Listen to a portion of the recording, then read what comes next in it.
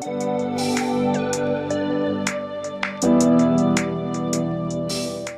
сайн байцгаана уу? За өнөөдөр болохоор өөрчлөлт надаас подкастын дараагийн нэгэн дугаар явах гэж байна. За өнөөдөр манай сургалтанд яг сэтгэлийн хүчгээ сургалтанд хамрагдж байгаа нэгэн зочин ирсэн байна. За тэгээд зочин маань илүү яг давхар хамаарал дээр ажиллаа. Одоо давхар хамаарлынхаа шинж тэмдгийг таньж мэдээ, давхар хамаарал дээр ажиллаж явах явцад ямар юмтай нүүр тулсан, мэдрэмж нь ямар байсан. За энэ сургалтанд ер нь ирэхээс өмнө яаж ирвтмэ? Бас хаанаас мэдээд яаж ингэж оролцохоор болов? Тэгээ сургалтанд ирэхээс өмнөх нөхцөл байдал ямар байв гэдэг ярианаас яриага эхлэх байхаа гэж бодож байна. Сайн байна уу? Би энэ сургалтыг хаанаас мэдсэн бэ гэхээр Facebook дээрээс анх олж харсан. Тэгээд даваад хүнээ өөгшүүлж байна уу гээл нэг гарчтай ч юм уу ингээл нэг хэлдэг. Тэгээд тэндээс нь эхлээд нэрээ юу илээ гээл ингээл 2-3 удаа ингээл анзаараад яваад исэн. Тэгэж явж агаад ер нь энэ одоо ямар учиртай юм болоо, энийг ер нь сонирхоод үзтээ юм уу гээл тэгэл тэдэн хувь хямдралаач гэдэг юм уу ингээл хүмүүс ч нөгөө юм магадгүй үн төлбөрөндөө санаа зовоол идэг шүү дээ тий.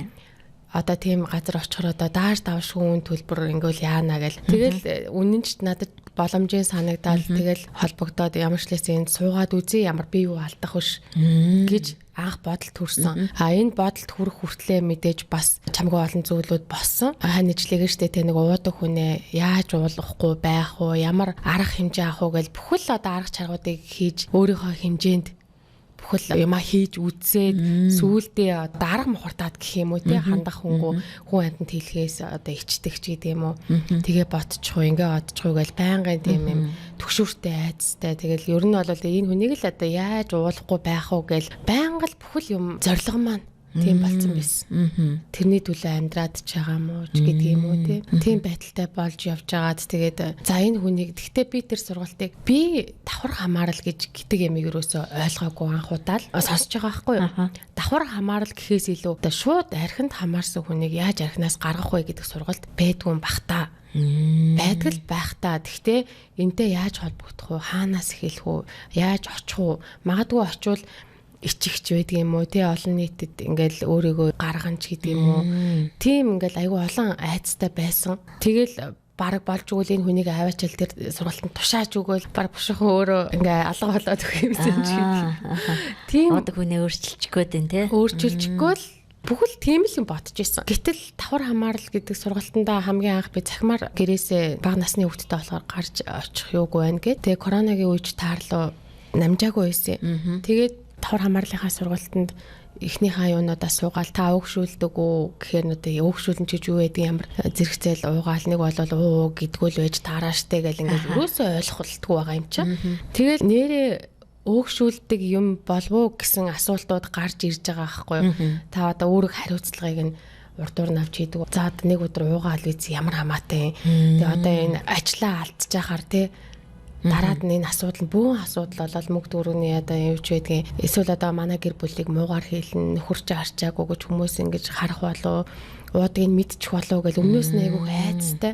Тэгээд урдуур нь ороод хамаг арчааг нь үүрэлцээд ч гэдэг юм уу ажлын урдуур нь зохицуулах гэж гүүгээл хүүхдүүдээ ганцаараа өөрөө авч үүрээд л бүх юмд нь зөөж гүүгээл бүр тэр байтугай би бүр өөрийнх нь аав ээжээс хүртэл уудгийг нь нуудаг байсан. Мэдчихвээ дээ яана юусын эзэн юмных нь одоо юу гэдгийг үлдэгдлийн минийг нь харчихгүй гээл бүр одоо яагаад ч юм нэг юм хүүхнүүдийг л буруутгадаг тий ирчүүд уухаар арчаагүй болохоор чи уулахгүй байх арга хэмжээг чи авах ёстой байсан ч гэдэг юм уу чамтаа суугаад ер нь уугаад энэ ч гэдэг юм уу тэр буруутгалаас магадгүй айдаг байсан юм шиг байгаа. Тэгээд одоо хадмуудаа магадгүй муу хэлэхдэггүй гэсэндээ би одоо арчаатай сайн эхнэр байгаа шүү гэж харагдах гэсэндээ магадгүй тэгээд би уудгийг маш их нуудаг байсан юм шиг байгаа. Өөрийнх нь ах дүүнраас хүртэл нууж ийн гэхээр одоо тэр хүнийг маш их өөгшүүлж исэн хүн хамгийн нэгдүгээр алхам болоод ингээд давхар хамааралтай хүн болоод ирж байгаа байхгүй юу. Тэгэл за нэрэл би өөгшүүлдэг юм байна. Одоо тэгвэл ямар арга хэмжээ авах уу гэж сургалтанд илүү их анхаарал тавиад эхэлсэн. Тэгэл сургалтандаа суугаад эхлэхэд өөрийгөө ойлгож аваад за би ч гэсэндээ ер нь давхар хамааралтай хүн гэдэг чинь бас тодорхой хэмжээний одоо нөгөө архины хамааралтай хүний чинь өвчтэй хүн гэж харагдаад байгаа шүү дээ тий. Архин донцсон өвчтэй хүн гэж харах юм бол та нар ингээ үзэн ядахгүй өрөвдөж харна ч гэдэг юм уу. Тэглэгээ өөгшүүлж болохгүй гэлдэг тий. Тэрнтэй адилхан би бас тэрэнд давхар хамаарат байна гэдэг чинь би өөрөө бас тодорхой хэмжээний өвчтэй хүн юм байна. Сэтгэл зүйн хувьд. Тэгээд би ер нь өөрийгөө өвчтэй гэдгийг харлаа, нөхрийгөө тийм өвчтэй гэдэг тэгвэл харлаа. Одоо яах вэ би айгу сэтгэлээр бас унсан. Яг сургалтандаа суусан даруйда тэгэж айгу ухаарал уумаа гэд ингээгүй. Нэгдүгээр шатандаа би суугаад ийм байх ёстой юм байна. За тэгээ хэрэгжүүлэл үзье гээл хоо үедээ хэрэгжүүлэх гэж үзээл буцаал уналтанд ороод буцаж нэг хэрэгжүүлж үзээл буцаал үр дүн олегтой гарахгүй тий. Ингээд айгу олон жилийн турш ингээ явцсан юм чинь хормхон зурд өөрчлөгдөхгүй байгаа хгүй. Тэнгүүт ингээ нөгөө сэтгэлээр ундагаараа унаал нөгөө амьдрах итгэлгүй болдгороо болоод сэтгэл гутрдагаараа гутраал амьдрал утгагүй санагдаал ингээл юу нийцдүүлээ амьдраад байгаа энэ хүнийг архинаас гаргачвал сайхан амьдрал бий болчих юм шиг хараал идэг. Тэгэл гарахгүй болонгууд ингээл тэнгэр хөмөрцөн юм шиг ингээл юу ч ингээд сайн сайхан юм харагдахгүй. Тэгэл юу ч хиймээргүй санагдаал ингээл ийм үеуд тохиорсон. Тэгээд нэгдүгээр шатныхаа төгсгөл дээр нөгөө багш нарын маань хичээл дээр ингэж хэлсэн байхгүй. За одоо хоёрдугаар шатанда өшөө илүү ингээд ойлгомжтой болно гэж хэлсэн. Унаас нь болоод би дараачихаа шат руу тэгвэл би явах хэрэгтэй юм байна. Тэ дөнгөж нэгдүгээр шатн дээр ингэж бууж өгч болохгүй юм байна гэд. Ямар ч л байсан ингээд сэтгэлийн тихээ маань ингээд унчгаал байсан хэрнээсээ за дахиад нэг хүчээ шавхаад босоод үзье гэд хоёрдугаар шатандаа суусан. Хоёрдугаар шатандаа суухдаа би тахимаар сууя гэж манай нөгөө орнаментор надад санал тавьсан. Тахимаар суувал илүү их үр дүнтэй хамт олонтой. Тэгээ дээрэс нь чи ганцаараа биш юм байна гэдгийг ойлгоно. Маш олон гэр бүлүүдэд энэ асуудлууд тохиолддог юм байна. Би ганцаараа зовлонтой биш гэдгээ чи олж харнаа. Бүр сайн хариулж чамаас ч илүү байж болно штэ гэдэг байдлаар ингэж хэлсэн. Тэгээ би тэрэнд нь за ойлголоо. Би тэгвэл тэгье гэд. Тахимаар суух зориг орсон. Би яг үндэ тахимаар суухаас ингэ санаа зовж ирсэн юм гэвэл байсан. Яагаад гэвэл хүмүүсийн дунд орно. Тэгтээ надад нэг зүйлэл яхаа их дотн санаж ирсэн юм. Яг надтай адилхан асуудалтай хүүхнүүд олон байгаа. Эргэн тойронгүй байдаг хэрнээсээ бүгд нуудаг. Би ч гэсэн нуусаар өдийг хүрсэн. Тэгээ ямар ч үр дүнгүй байсан штэ. Тэгтээ нуухгүйгээр ингэснээрээ надад одоо үр дүн сайжирч байгаагаа би анзаарангуутлаа ер нь би гээд зоригтой ирж үтсэн. Тэгээ тахимаар суусан сургалт маань бүр илүү надад үр дүн тэ сэтгэлээ нээх, өөрийгөө ойлгох, мэдрэмжүүдээ бодлуудаа барьж авах. Одоо энэ дээрээ цаашаа ямар ахиц гарах уу гэдэг дээр айгу их түлхэц болж өгсөн. Тэгээд одоо тахимаар л болж өгөл хамрагдаал бүлэг уулзалтуудаа ирээд ах айгу дуртай болсон. Захимаар гэж одоо би дахиж тэгэж нэг юу аахгүй байгаа. Яагаад ч юм илүү их санагдаад байгаа байхгүй таалагдаад гэх юм уу. Тэгэхээр тахимаар илүү суусна нь үр дүнтэй байна тий. Ялангуяа ингээл нэг адилхан асуудалтай хүмүүс дундаа ороод тий яг байгаагаараа сэтгэл мэдрэмжээ уудлаад ямар нэгэн дүр эсэхгүйгээр тийм ээ асуудлуудаа яриад ингээд байж байгаа нь илүү бас цаашаа ингээд тий урагшлах боломжийг өгсөн байна шүү дээ. Тэгсэн. Тэгээ манай нөгөө энэ тахимаар сууж байгаа уулзалтын бүлэг журам гэд бас бид нарт аягүй гой танилцуулж өгдөг шүү дээ тий. Энэ одоо тахим дотор яригдсан яриа сэтгэл мэдрэмжээ хуваалцахад гадагш дэлгэхгүй ч гэдэг юм уу. Хин нэгэнд ярихгүй ар гэрийнхэн дааж тэр ажлынхандаа ярихгүй энэ асуудлуудыг ингээд журмаа ингээд хичээл арга болгондоо танилцуулж өгдөг. Тэр нь бас их таалагддаг. Тэр одоо журмыг танилцуулангуудаа өөрийгөө бүрэн нээх тий одоо бас нэг тодорхой хэмжээний ингээл танихгүй хүмүүс дунд ороод ирэнгүүтлээ бие барайл нээж чадахгүй байвал би магадгүй би өөрөө хохироод би өөрөө авах юм авч чадахгүй үлдэх гээд байгаа байхгүй. Тэгтэл би өөрөө итгээд бүрэн дүүрэн итгээд тэлцэл дунд ингээ бүгд л адилхан асуудлуудаа яриад ингээ байж хахад цаашаа ярихгүй дийлэхгүй гэдэг тэр юун дээр бат зогсоод өөрөө ч гэсэндээ би магадгүй гэр бүлтэй очиод магадгүй журам танилцууллаагүй ийм журамгүй дүрмгүй байсан бол магадгүй би очиод бие барих бах. Найз нөхдөд ийм гоё сургалтанд магадгүй суулаа. Тэгсэн чинь нэг хүүхэн тэгжээлээ. Тийм бас асуудал байт юм биш дээ ч гэдэг юм уу. Хов болгоцсон ч одоо хов яри гэж яриаггүй ч гэсэн одоо тийм сонирхуулаад байна. Сонирхуулаад ч гэдэг юм уу. Ярих байсан байх. Тэгтээ одоо бол ингээл ярих зүйлээ айгу боддог те хүний яриаг яг надад яг ашигтай юм уу? Ашиггүй бол би заавал тэрийг ярих хэрэг. Өөрийнхөө асуудлыг эхлээд шийдэх хэрэгтэй юм байна. Хүний ачааг өөрхөө, өөрийнхөө ачааг өөрхөө, хэл хязгаар гэж юу юм бэ гэл. Тэ энэ болгон чинь ингээл би яг ингэж боддог байсан байхгүй юу. Энэ сургалтууд маш их үнэтэй байдаг. Ингээд одоо харахад ингээ энгийн юм шиг хэрнээсээ яг одоо энэ маш хэрэгтэй мэдлгүүд, үн цэнтэй мэдлгүүдийг маш үнэтэй газраас үнэтэй сэтгэл зүйчдэр очиж юу байгаад Ингэж л олж авандаа би магадгүй ийм болох хүртлээр маш их мөнгө хураан ч гэдэг юм уу боломжтой тэр хэмжээнд очсон хойноо би сэтгэл зүйчэд хандах болов ч гэдэг юм уу. Тэгдэг байх гэсэн надад төсөөл байсан. Магадгүй дийлэнхтэн тийм байдаг бах. Миний эргэн тойрныхын бүгд л тэгдэг. Ер нь үнэтэй дээ тий. Үнэтэй. Сэтгэл зүйчдэр хүүхдээ аваачиж уулзуулах гэсэн чинь манай найзын ч юм уу тэ нэг их ч мэгч ярьж байгаа байхгүй. Тэгэхээр сая маяг дүүрэг байдаг гэж ихтэй ч гэдэг юм уу. Нэг юм нийгмийн тогтцсон нэг юм юу байна шүү дээ тий. Тэгээ тийм хэмжээнд очиж ижил энэ болгоныг ингээд сэтгэлээ засаж болдог. Тэрнээс нааш надад засах боломж байхгүй. Яг ном уншаа өөртөө номноос мэдлэг авдаг гэсэн боловч яг одоо системтэйгээр одоо ингээ явах мэдлэг биднэрт удирдлаганд орч гэдэг юм уу те багшийн удирдлаганд орч сэтгэл зүйчийн удирдлаганд ор ийм сургалт байдгүй бахтаа гэж би 2-3 жил бодож явсан. Урд нь гэсэн үг шүү дээ. Тэгээд за ямар ч лсэн юм нэг за магадгүй төлбөрөндөө таарсан тухайн үед хямдраад 29 сая хэдэн зурчигдсан байлуу та тий төлбөрөндөө таарсан за нэг тэгсгээл нэг имэйл зөвлөгөө өгөөл явуулах болов гэсэн миний хүлээлтээс маш өндөр байсан болохоор надад цаашаа явах итгэл нэгдүгээрт төрсэн хоёрдугаар дан мөнгөний төлөө биш нийгмийн төлөө байгууллагууд бас ингээ ганц нэгээ тогтохгүй юу байдаг юм байна. Бид нар тэрийг олж хардаггүй юм байна. Олж учирдаггүй юм байна гэж итгэл найдвар төрсөн байхгүй юу. За тэгэл би чинь за давхар хамааралтай би суучи нөхөр маань чи шууд хамааралтай тэр архины хамааралтай тэр энэ гинжнээс салъя гэдэг тэрнээс хоёлаа бараг зэрэгтэй суугаал ингээл хоёлаа тэр бошоохон шиг те үр дүндээ хүрээл бошоохон шиг сайхан амьдарчий гэл тэгж бодож бүр тэгж хэлж үзсэн. Тэгсэн чинь нөгөө нэг давхар хамаарлын шинжин дээр те хүнийг шүүхгүй буруутгахгүй хүчлэхгүй тэр хүндээ зүгээр санал болгож болно. Тэр хүн өөрөө сонголтыг хийн гээл нэгдүгээр шатн дээр үздэг. Тэгээ би хичээлүүдэд үзсэн байсан болохоор ч тэр юм ерөөсөө шахаж шаардлагатай байсан. Санал болгосон. Тэгвэл тэр хүн цаг нь болохоор өөрөө сурна гэж надад хэлсэн. Тэгээ би тэрэнд нь за гэж тэр хүний те бас хамаагүй хэлгээцгаарлуун даваал ороод ингэхгүйгээр өөрөөсөө эхлэе. Өөрөө эхлээ өөрчлөгдөж байж хажуудах хүн маань магадгүй хугацаа хэрэгтэй гээл байгаа юм л да тий. Хажуудах хүн маань аяанда тий ингээд давхар хамааралд өртөөд байгаа одоо эхнэрээ засах гад хичээж байгааг нь хараад ч гэдэг юм өөрөө засрах тэр хэмжээ хүртэл нь өөрөө л өөрийгөө би дайчлах хэрэгтэй юм байна. Өөрөө л их өөрчлөлт хэрэгтэй юм байна гэж ойлгосон. За манай зочны маань ярьж байгаа сургалтууд тийм ээ. За мэдээж хэрэг яг энэ мэрэгжлийн сэтгэл зүйчдийн коуч мэрэгжлийн сэтгэл зүйчид өөрсдөө яг таныг амьдралаар чинь ингээ хөтлөн дагуулад амьдрал дээр нь өөрчлөлт гарахыг бүр хардаг. За тэгээд бид нар яг хичээлийнхаа явцад бүлэг хийдэг. За танхимаар сургалтуудаа явуулдаг. За мэдээж сүүлийн үед бид нар бас юуг илүү баримталж гинэ гэхээр манай байгууллага маань бол цахим сургалтуудыг айл болохоор хэрвээ та үнэхээр ирээд суух боломжтой бол цахимын сургалтанд хамрагдаач.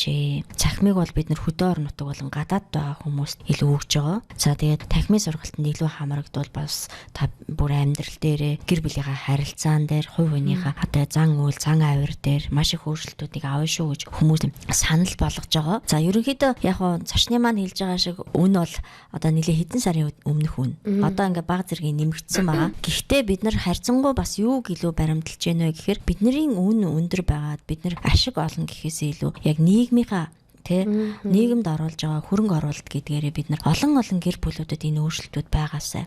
Олон гэр бүлд нь арх уудаг хин нэгэн байгаа. Тэр хүнтэй хамт амьдарж байгаа гэр бүлийн гишүүн болгон ямар нэг байдлаар сэтгэл зүйн хувьд эрүүл биш болцсон давхар хамааралд өртчихсөн байдаг. Энд бол ер нь арх уудаг хүнээс гадна тэдний гэр бүл үр хүүхдүүд өртдөг, хамт амьдардаг бол аав ээж нь өртдөг. Тэр хүмүүст илүү тусалчих юмсан гэдэг үүднээсээ ажилдаг учраас бид нар яг гадуурх шиг хитрхи хүн тогтоогоогүй. Бид нар яг боломжийн үнэтэй байгаа зөвлөгөөнч төр сургалтанч төр. Тэгэхээр та манай өөрчлөлтийг хөтөж байгуулгын сургалтанд зөвлөгөөнд хамрагдах эсвэл бас 95 21 21 гэсэн дугаараар залгаж холбогдоорой гэж хүсэж байна. Одоо ингээд ярих юм бол айгүй олон юм магадгүй жоохон уршгаал юм л да. Мэдрэмжээ илэрхийлэл одоо яг сургалтандаа сууснараа тий өөрийнхөө бодол мэдрэмжийг ялгаж салгаал ингээд айгүй тэмнэлттэй болоод ихсэн гэх юм уу тий өөрийгөө судлалж ойлгуулах гэж ингээд хичээдэг болоод ирсэн болохоор тэр юм их олон зүйлийг хэлж өгөөд одоо энэ асуудалтай байгаа хүүхнүүдэд тий эмэгтэйчүүдэд асуудлаасаа гарах арга зам бас гээл ярмаар санагдал энэ л та өөрийнхөө сурсан юмараа гэхдээ эндээс нэг зүйлийг онцлоод бүр ярмаар санагдлаа та сая хүүхэдгээ ярьсан шүү дээ тий давхар хамааралтай одоо архинаас хамааралтай нэг хүн байхад л одоо хүүхдүүд гэр бүл ганцхан би эхнэр хүн давхар хамаарах биш хүүхдүүд бас давхар хамаарч идэг. Хүүхдүүдийг маш их хамааруулж хохироож идэг. Тэгэнгүүт ингэж байгаа байхгүй юу? За арх уудаг. Бол шууд хамааралтай архинаас. Гэтэл ээж давхар хамааралтай. Тэнгүүт аав арх угаад одоо зүгээр магадгүй уугаад ороод ирчихсэн. Нэг бол ууцсан одоо согтуу байж илаа. Нэг улаан цай одоо гэр бүлийн хүчрхийлэл болоод одоо дарамт шахал үзүүлэл ингэхгүй байгаа тохиолдолд ээж тэнд галзуурдаг. Давхар хамаарлаасаа нөлөөлөд. Би яг тийм байсан. Чи өста хүүхдүүдийн нүдэн дээр арх уугаад арх үнэртүүлээд энэс чинь болоод миний хүүхдүүд ирээдүйд архичин болвол яах вэ?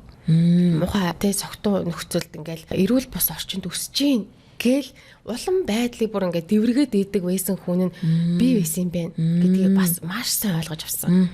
За тэгээ аав тэгээ бараг согтуу чимээгүй ингээд унтаад амраад ингээд асуудалгүй байж яхад нь ингээл заа гэд хүүхдүүдэд одоо өөр орчинд ч юм уу өөр өрөөнд байлгаал ингээ өөрөө ингээ тайван байж яхад тохиолдолд хүүхдийн тэр өртөлт нь сэтгэл зүйн одоо өвчлөлт өртөх нь одоо давхар хамаарханд байгаа байх юмыг би бүр нааш нь гаргаж ирээл те та нар бараг хараа авчны юм шившигтэй те гэж байгаа юм шиг тэгэл одоо хэрүүл шууган хийхэд хүүхэд тэндээс айж зочин тэгэл одоо муухай арих бодог болохоор ээж ууртай те ээж ууртай байгаа болохоор бид нарыг ингээд юу хайж ийн гэл байнгын хүүхдийн сэтгэл санааг ингээд бүр уламд ортуулдаг байсан би өөрөө юм байна.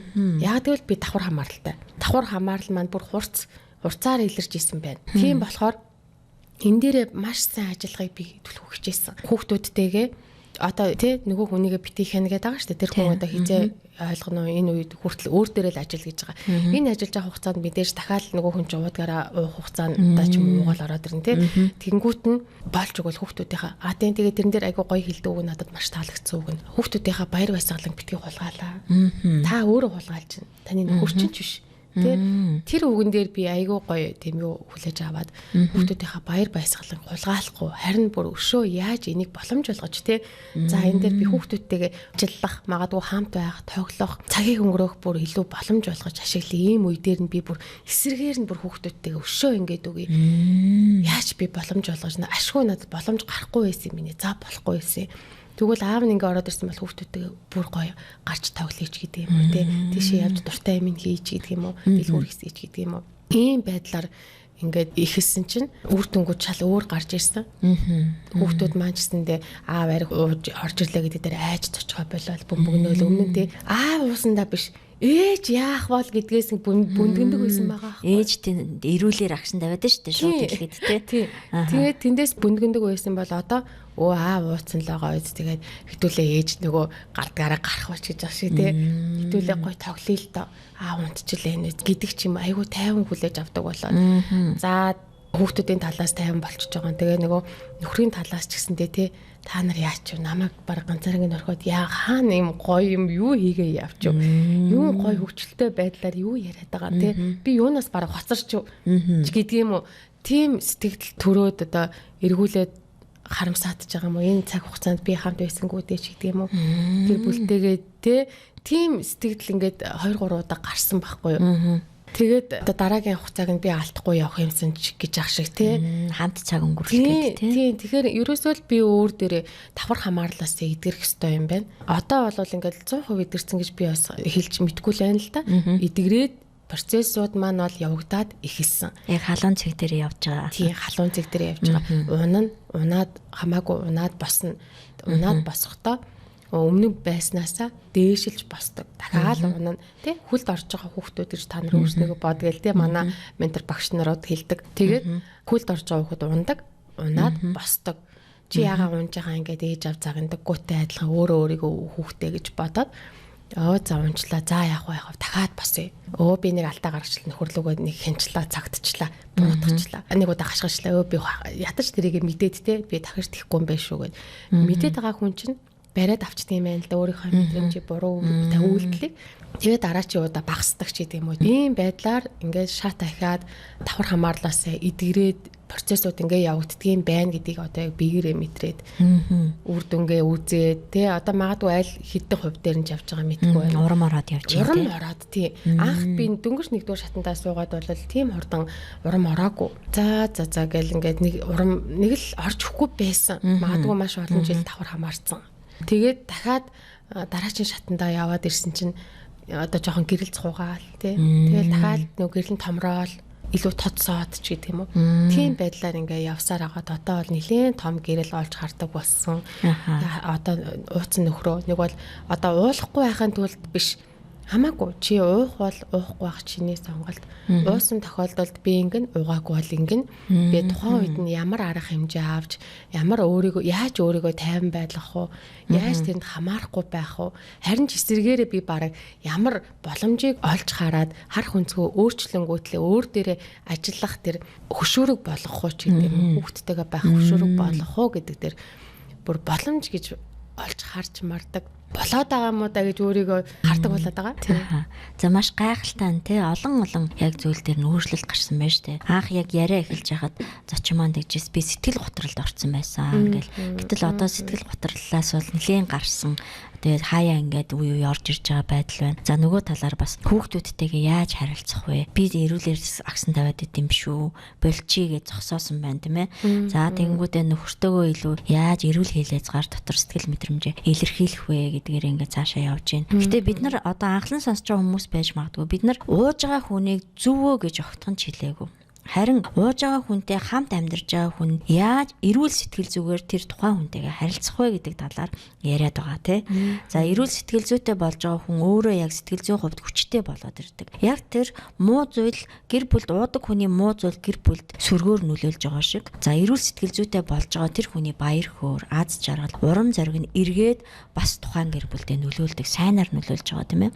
За тэгэхээр энэ сайнаар нөлөөлж байгаа байдал нь эргээд яг үр хүүхдүүд, яг өөрийнхөө хувь хүний чанар үйлдэл дээр хүртэл сайнаар нөлөөлөд ирж байгаа. Тийм учраас бид нар та яаж өөгшүүлээд байгаа юм бэ? Яаж үүрэг хариуцлагыг аваад байгаа юм бэ, тийм ээ? Яаж бид нар хэцүү хилээцгаараа тогтоох юм бэ? Яаж бид нар сэтгэл мэдрэмжээ илэрхийлэх вэ гэдэг талаар ингээд зааж байгаа. За хүмүүс бол ихэнхдээ за яг би яг ингээд гомдож байна гэдээ хэлж юм дахиад уучих байх гэдээ өөрийгөө илэрхийлэхэ болчихсон байдаг. За эсвэл өөрийгөө илэрхийлж ингээд арслан бар шиг тий дайр давшилдаг энэ хоёрын дунд яг нэг юм зөв өөрийгөө илэрхийлэх гэж нэг арга байна шүү дээ. Тэгэхээр трийг л бид нар яг яаж илэрхийлэх вэ гэдгийг улам илүү яг коучтэй тийм ээ яг таныг тасгалжуулсан таныг яг хэцүү үед чинь урам мөөж за болохгүй байгаа зүгээрээ ингээд явуул яаж ингээд тань санал тавьсан ийм хөтөлбөрөөр яг хүмүүсээ хөтлөнд агуулж байгаа гэдгийг хэлэхэд баяртай байна. Тэгэхээр ер нь зочин маань хэлжсэн шүү дээ яг сэтгэл готрол маш өндөр байсан. Одоо таны сэтгэл готрол үл ямар байна? Яагаад би энийг асууж байна гэхээр архины давхар хамааралтай нөхөр нь ууж байгаа эхнэрүүд бол маш их сэтгэл готролд ордог. Маш олон арга хэрэгжилж үзээд нөхрөө архинаас гаргах арга хэрэгжилж үзээд үр дүнгээ олонгууд шууд за миний амьдрал хувь заяал юм байна. Би л ингээд зовоод явж явах хэрэгтэй юм байна гэд те ингээд бүр сэтгэл готролд орчихсон бүх юм харанхуй болчихсон байдаг. Тийм учраас би танаас асуугаад байна л да таны сэтгэл готрлын түвшин өмнө нь ямар байж байгаад одоо ямар болчихсон байна? Өмнө нь би яг одоо давхар хамаарал байгаач мэдээгүй явж исэн үе байгаа шүү дээ тий давхар хамаарал гэж сонсоочгүй байсан. Зүгээр л уудаг хүн байдаг. Тэр хүмүүс бусдыгаа зовоодог. Тийм л ойлголттой явж байсан. Тэр үедээ байхдаа би одоо энэс судлаа сэтгэл гутраад энэ ч гэдгээ мэдэхгүй. Ерөөсөө л ингээл архины хамааралтай олон жил ингээд явсан хүнийхээ давхар хамаарч ингэж явж байгаад айгу сэтгэлээр унаал одоо нөгөө гонигтай байж байгаа мэдрэмжээ ойлгож мэдэхгүй, яаж тайлгаа мэдэхгүй, хүнтэй хуваалцаа мэдэхгүй нөгөө нуугаал гэсэн шүү дээ тийм. Хүн мэдчихвэл яана намайг одоо арчаагүй болохоор нөхөр нь уугаад идэм байх гэдэг ингээ муу хэлэх болов гэл ингэж нууж дарж явсаар байгаа. Тэгээд бүр одоо даамжраад гэдэг юм уу хүндрээд тэгээд нэлээд хүнд сэтгэл готролд тэгээ бага насны хүүхдүүдтэй байсныг ч хэлэхүү хүүхдүүдтэй түүртэн тэгээ нөгөө нэг зөвхөн тэр хүнтэй хамааралахаар чинь тэгээ бусад юм өрөөсөө зүгээр л ачаа хүнд ачаа өөр ямар нэг юм ороод ирэхээр л зүгээр одоо энэ уртхаа яа гэж яхад чи юу ачаа бай гэл ингээл тэгээ сүулдэ бүр юу сөхөрх нь холгүй те нүдэнд ингээд сөхөрч суухгүй ч гэсэндээ сэтгэл дотор маань ингээд сөхрөө суудсан хүн ерөөсөө юу ч хийх сонирхолгүй юу ч хийхийг хүсэхгүй зүгээр орондоо хөвтөл те бар нөгөө нэг босоод ингээд нүрэж угаах тэнхэлгүй гэдэг юм уу ингээд бүр тэгээд твтгийг хүсдэг байсан. Хин нэгэн орж юм ярих аваа ярмаарчгүй санагдаал ингээд ярих хүртэл надад амар хэцүү санагдаал. Тэгээд бүр давхар нөгөө уудаг хүнтэйгээ нийлж ууж үзлээ.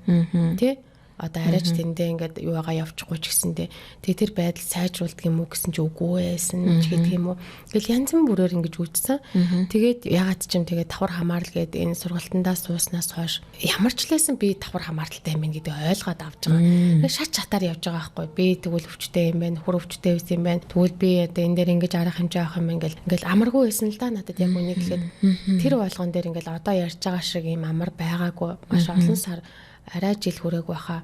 олон сарын хугацаанд энэ болгоныг ингээ шат дараалтайгаар ингээ явсан. Яваа буцаа шат 2-3 шат буцаа унанч гэдэг юм уу. Сэтгэл гутралынхаа буцаа доод түвшин рүү ирээл дахиад басмааргүй санагдаал. Тэгэл за дахиад нэг шат ингээ алхъя да гэд одоо сэтгэлийнхаа мэдрэмжийг ярихад шүү дээ тийм ээ.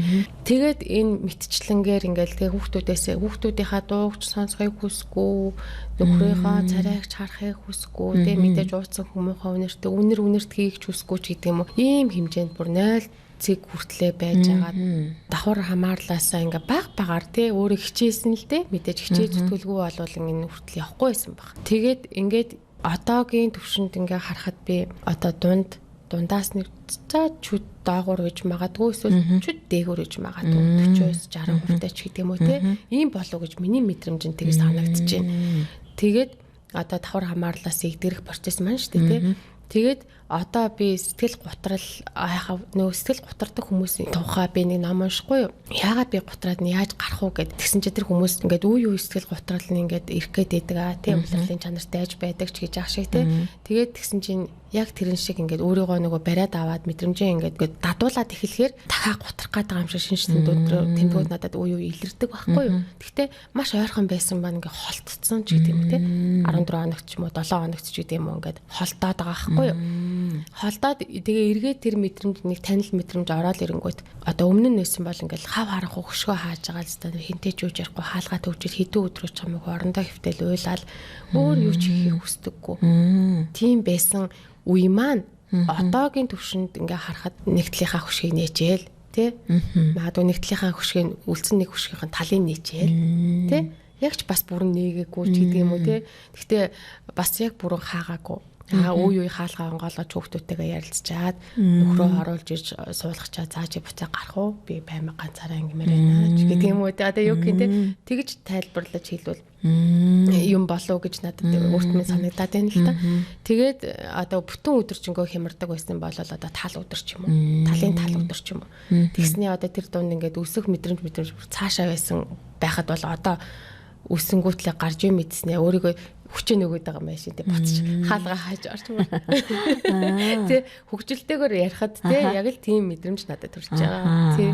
За маш их баярлалаа. За тэгээд манай подкастыг сонсож байгаа хүмүүс маань бас илүү их танд яг одоо ийм мэдрэмжүүд байгаад ийм сэтгэл готрол байгаад за та хайрхуудаа хин нэгэнтэй амьдардаг. За тэр хүнээсээ хамааралтайгаар таны сэтгэл мэдрэмж хэцүү байгаад бүх арга хэмжээгээ аваад эсвэл арга хэмжээнүүд аваад явж байгаа. Тэгсэр нэ яахаа мэдэхгүй нэг хананд очиод тулаад зогссон байгаа. Цаашаа алхахч хүчгүй байгаа бол та энэ өөрчлөлтийн хүтэж гээд манай байгууллага руу хандаарай. За бид нар маш олон эмэгтэйчүүдэд маш олон одоо давхар хамааралтай хүмүүст ба нөгөө талаас бас маш олон архины хамааралтай хүмүүстэй уулзаж одоо зөвлөгөө сургалтыг хийгээд явж байгаа. Тэгээд ингээд эргээд харахад олон хүмүүс маань өөрчлөгдөд баяр хөөргийг аваад амьдрал дээрээ зан чанар дээрээ урам зориг аваад явж байгаа гэдгийг хэлэхэд таатай байна. Тэгээд магадгүй таны өмнө тулаад зогсчихсон байгаа тэр ханыг хэдүүлээ хамтдаа нураа тийм ээ хамтдаа яг энэ сэтгэл мэдрэмжээ хуваалцаж хамтдаа нэг амьдралдаа гэрэл гэгээг оруулж хамтдаа нэг найдварыг барьж авч цаашаа урагшлая гэдэг үгээр өнөөдрийнхөө подкастыг дуусгаж байна. За тэгэхээр та бидэнтэй холбогдохыг хүсвэл манай өөрчлөлтийн хүтэж пэйж хуудас болон 95 90 21 21 гэсэн манай байгууллагын дугаар руу залгаад холбогдоорой. За тэгээд зочиндоо маш их баярлалаа гэдгийг хэлмээр байна. За баярлалаа. За тэгээд дараагийн подкаст хүртэл түр баяртай.